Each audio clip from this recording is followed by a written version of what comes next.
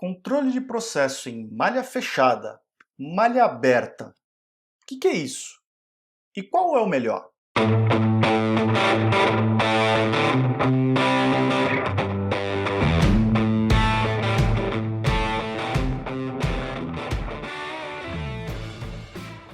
Olá, Ricardo Cusiol com mais um conteúdo que te ajuda a ter sucesso nos seus projetos com polímeros. No vídeo de hoje eu vou responder a uma pergunta que tem sido feita com uma certa frequência aqui no meu canal, que é o que significa o controle por malha fechada, o closed loop e controle por malha aberta. O que isso significa para o processo de injeção, o processo de extrusão, o processo de moldagem de plásticos em geral?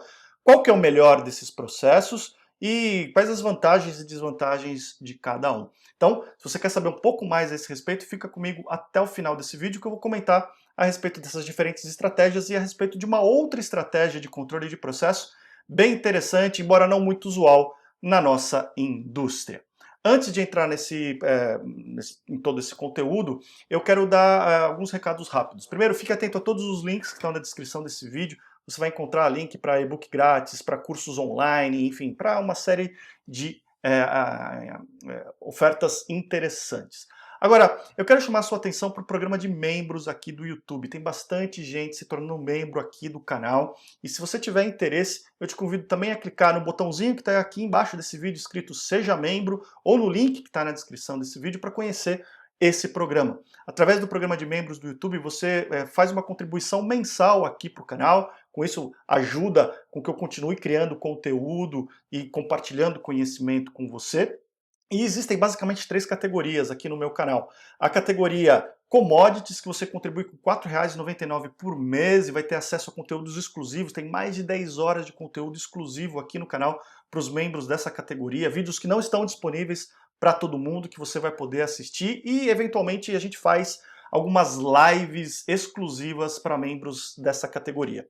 Tem os membros da categoria Engenharia, que, além de todos esses benefícios, dos vídeos exclusivos, das lives exclusivas, vão ter acesso também a descontos especiais dos meus cursos online. Tá? Então, se você está disposto a aprender um pouco mais e quer ter um pouco de desconto dos meus cursos online, os membros da categoria Engenharia, que contribuem com R$ 24,99 por mês, têm acesso a todos esses benefícios. E, finalmente, o grupo Alta Performance, que além de todos esses benefícios, conteúdo exclusivo, lives exclusivas e desconto nos cursos online, também tem, por mês, 1 hora de consultoria e mentoria comigo, exclusivamente, para trazer todos os problemas que você quer, trocar ideias e receber uma consultoria por mês aí, 1 hora de consultoria e trocar experiência com outros profissionais que fazem parte desse grupo. Tem bastante gente participando, tá muito legal. E os membros dessa categoria de alta performance contribuem com R$ 49,99 por mês. Então, quer conhecer um pouco mais a esse respeito? Quer desfrutar de todos esses benefícios? Clica no botão Seja Membro aqui embaixo e conheça o programa de membros do YouTube, tá certo? Muito bem, vamos entrar no conteúdo, tá aí na tela para você agora a apresentação que você pode baixar, tem o link aqui na descrição para você baixar o PDF, para a gente falar um pouco a respeito do controle de processo. Então, a gente vai falar a respeito dos controles de Open Loop, Closed Loop ou malha aberta, malha fechada, e no final eu vou trazer um pouco a respeito de um tipo de controle que não é muito utilizado em máquinas, eu não vejo isso sendo muito utilizado em máquinas, principalmente na nossa indústria, mas controles de processo em ambientes industriais, ele é bem interessante e eu acho que vale a pena o conhecimento para você.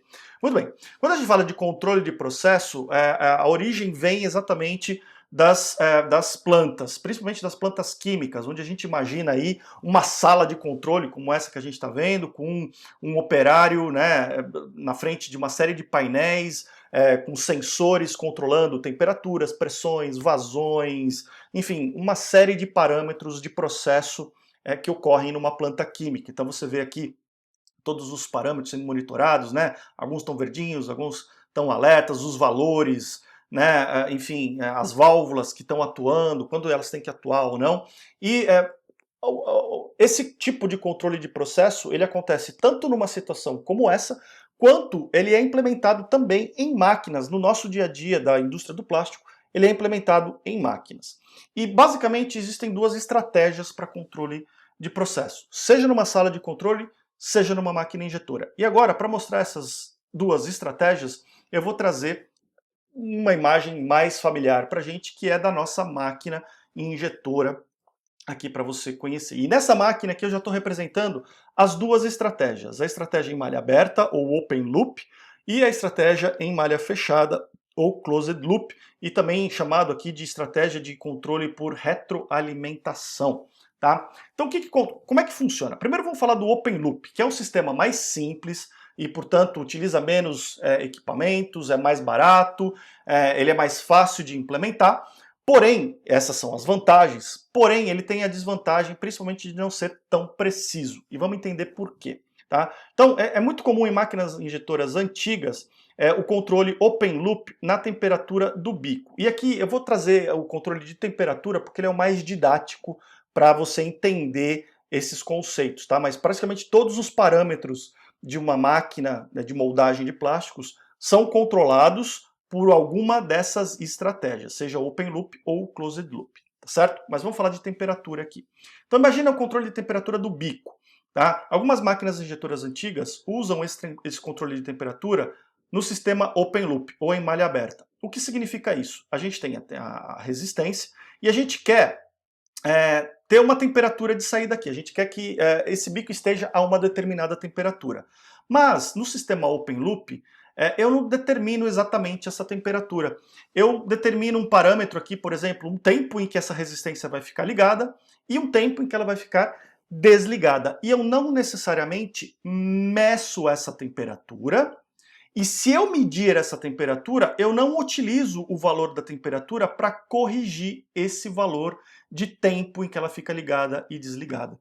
Tá?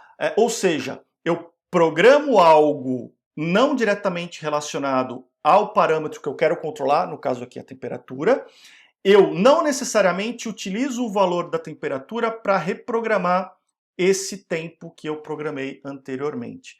Tá certo? Então por isso que ele é um open loop. Eu dou um input de entrada para ele e eu tenho um resultado de saída que é uma temperatura.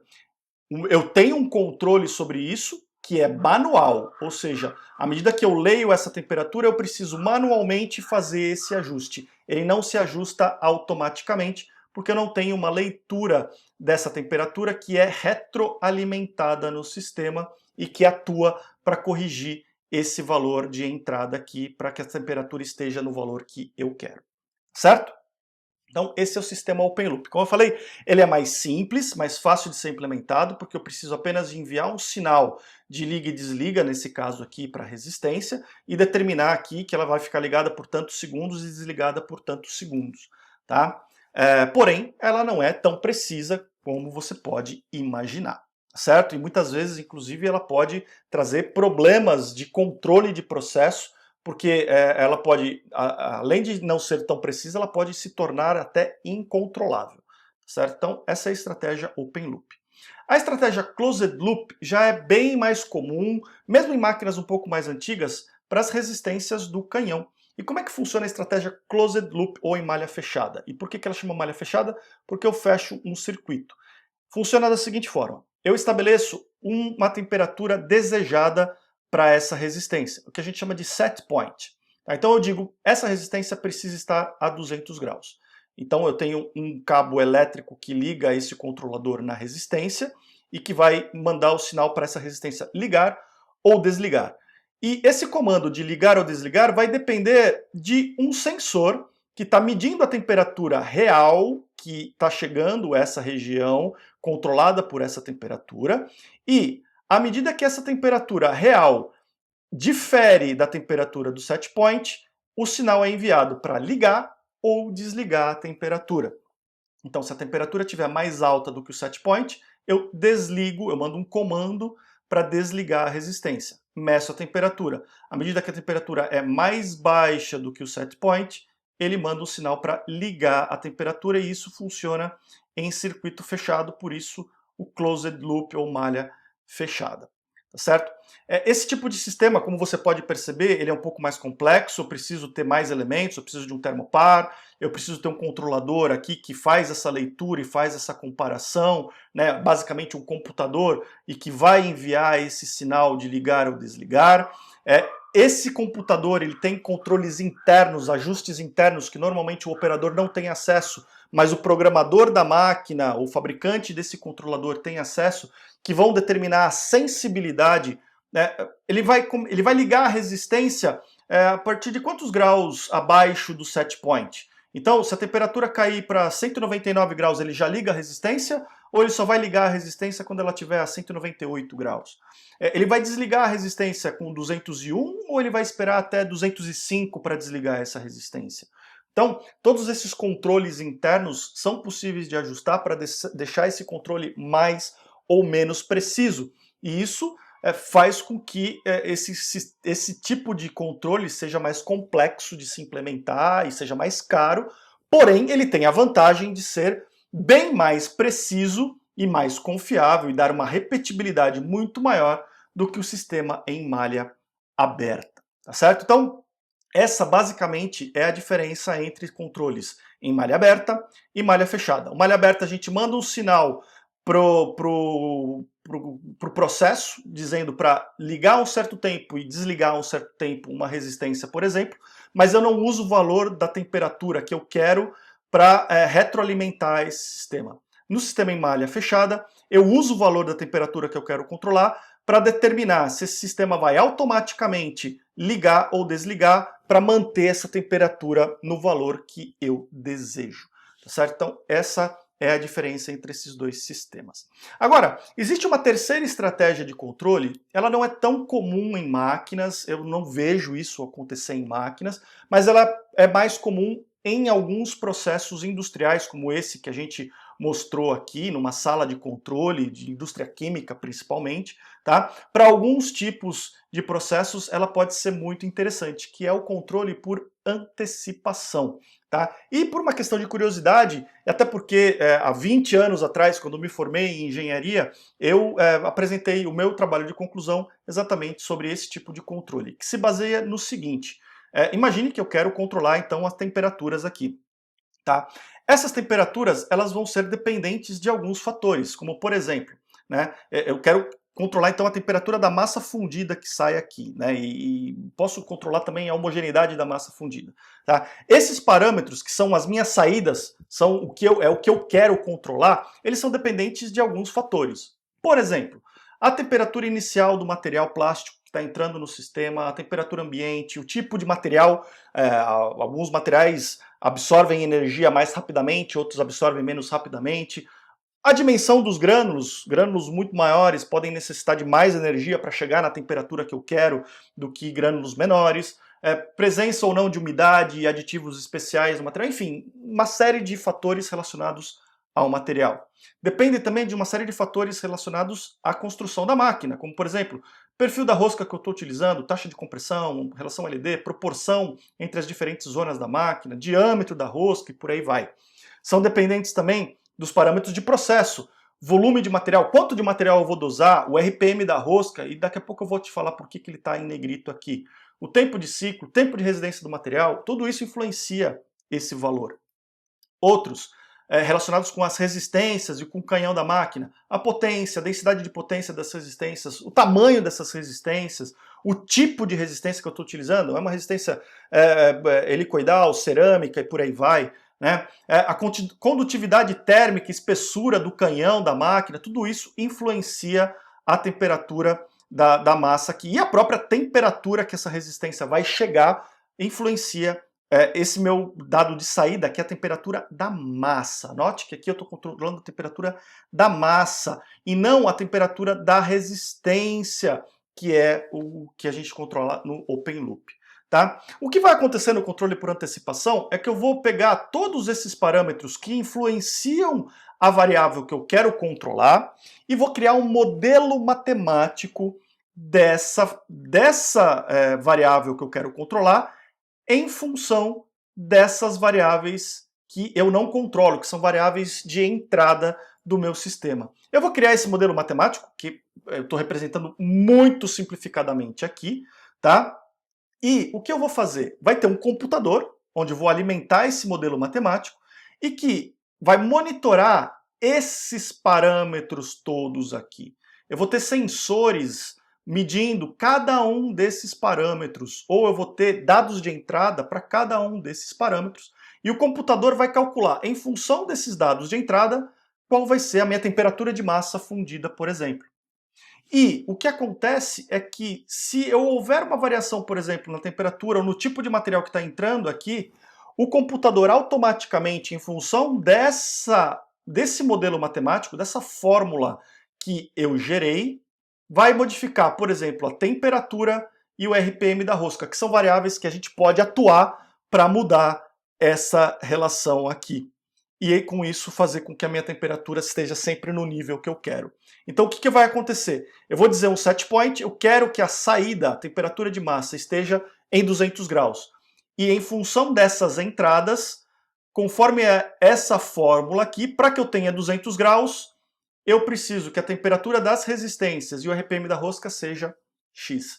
E aí, o que acontece com esse controle por antecipação é que, à medida que eu percebo variações na minha entrada, eu atuo num processo antes dessa variável mudar, para que o meu processo permaneça estável. Ao contrário do processo por open loop, onde eu meço a variação na minha saída para depois atuar no meu processo, aqui eu meço a variação na minha entrada, atuo no meu processo antes que a minha variável de desejo aqui, que é a temperatura da massa fundida, varie em função dessas entradas aqui. Então é um tipo de sistema que tem a vantagem de ser ainda mais preciso que o processo de controle por open loop. Tá? Ele é muito preciso, dá uma resposta muito rápida e mantém o seu processo realmente super controlado. Por outro lado, ele tem a desvantagem de ser ainda mais, extremamente mais complexo do que o controle por open loop, porque eu preciso gerar esse modelamento matemático, que para alguns processos é relativamente tranquilo para ser feito, a gente consegue modelar, a gente consegue mapear todas essas entradas. Para outros processos, como esse daqui, talvez por isso que ele não seja implementado em máquinas injetoras ainda, são tantos parâmetros que fica quase impossível gerar um modelo matemático fiel e que realmente atenda esses requisitos. Mas é um controle muito interessante, muito legal de se conhecer e que vale a pena ter no seu radar aí. Para alguns processos mais simples ele pode ser interessante de ser implementado. Ele vai ser muito caro porque você precisa de um controlador do processo, vai precisar gerar muitos experimentos antes para criar o seu modelo matemático e, óbvio, vai ter que ter sensores em todas essas variáveis de entrada para monitorar e fazer o controle da sua saída. Mas é um processo bem interessante, tá certo? Muito bem, espero que você tenha gostado desse conteúdo, que ele tenha agregado alguma coisa para o seu dia a dia, te ajudado a resolver algum problema, desenrolar algum projeto que você esteja trabalhando, e eu fico muito curioso para saber a sua história. Me manda uma mensagem, deixa um comentário aqui no canal dizendo como esse conteúdo te ajudou no seu dia a dia, e me fala também a respeito de outros assuntos que sejam do seu interesse para eu criar vídeos e artigos que sejam do seu interesse também. Tá certo? Lembra de compartilhar esse vídeo com a maior quantidade possível de pessoas que possam se interessar por esse tema, nos seus grupos de WhatsApp, grupos de Telegram, grupos de rede social, grupos técnicos, para profissionais da indústria de moldagem, indústria de transformação, indústria de projetos de moldes, da academia, estudantes, professores, pesquisadores, enfim, para a maior quantidade possível de pessoas que possam se interessar por esse tema. Tá certo? Um grande abraço, a gente se vê no próximo vídeo e até lá.